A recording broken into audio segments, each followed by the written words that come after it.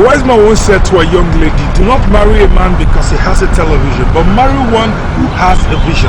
Because in the process of time, television will always pack up, but vision will not pack up. Instead, vision will package you and put you in television. I am Timi Pudie saying welcome to today's episode of The Katalyst.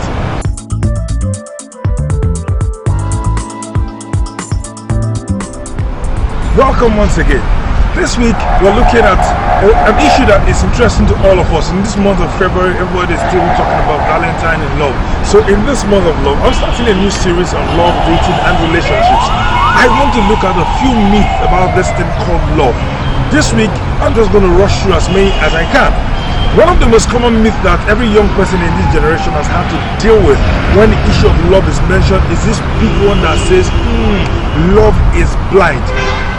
But is it really true that love is blind? I've asked that question a lot of times. The thing is this: blindness is an indication of a loss of sight or a lack of vision.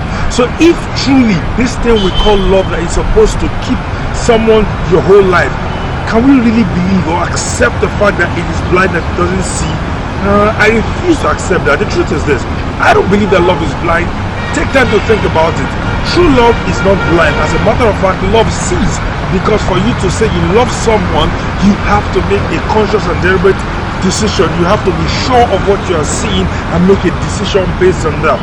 Another myth that is today very common about love is the one that says, I can't help who I fall in love with. See, the thing is this: if you know who you are, you respect yourself, and you truly love yourself, because the Bible says, love your neighbor as yourself. If you truly love yourself, you can't just fall for anybody that comes. Love is not just something that happens because you feel something. No, as a matter of fact, you cannot say you love someone until you know the person.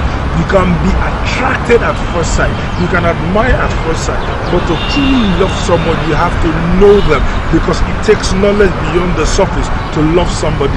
Another myth about love that today is all over the place, and this one for me is one of the biggest, is when people say, I just couldn't help myself, I fell in love. Why? I'm falling in love with this person. Come on, man. Even from the statement, fall in love, it's a question mark. When you fall, what do? You stand up, dust yourself, and you move on. People don't fall in love. It's a myth sold to us by Hollywood and the rest, because if you fall, you must one day stand up and move on. Perhaps that's why we have a lot of divorces today. The truth is this: when it comes to love, you don't fall in love. Instead, you grow in love. You meet the person, you grow fond of the person, you get attracted. As you get to know the person, you get to love this person even more. So you don't fall in love, you grow in love. Love is not blind, love sees. True love sees. You make a conscious decision, and this is it: you can help who you fall in love with, because it is not something that happens that is beyond our control. I'll be back after this break.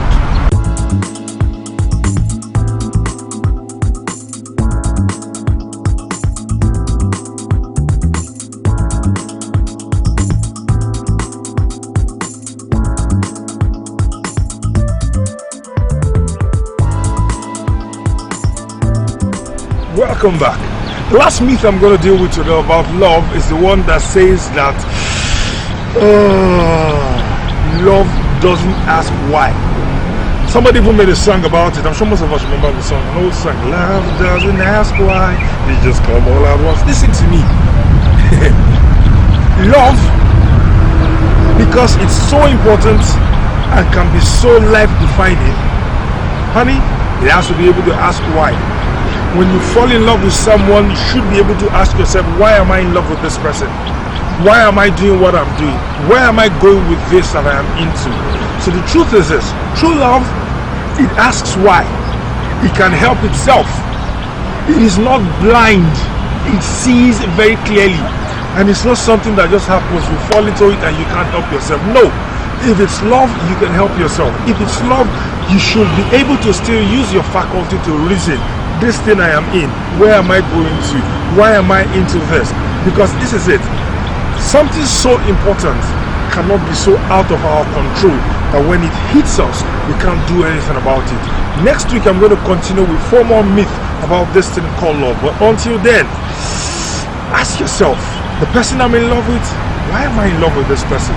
Or the person that I am dating, why are they in love with me? If you don't know answers to these questions, ask yourself, why am I in love? And then ask the person you are dating, why do you even love me? And you may be surprised at the answers you will get. Until this time next week, I remain your host, Timi Pudie, saying, have a wonderful week, you will make it, and we shall meet at the very top.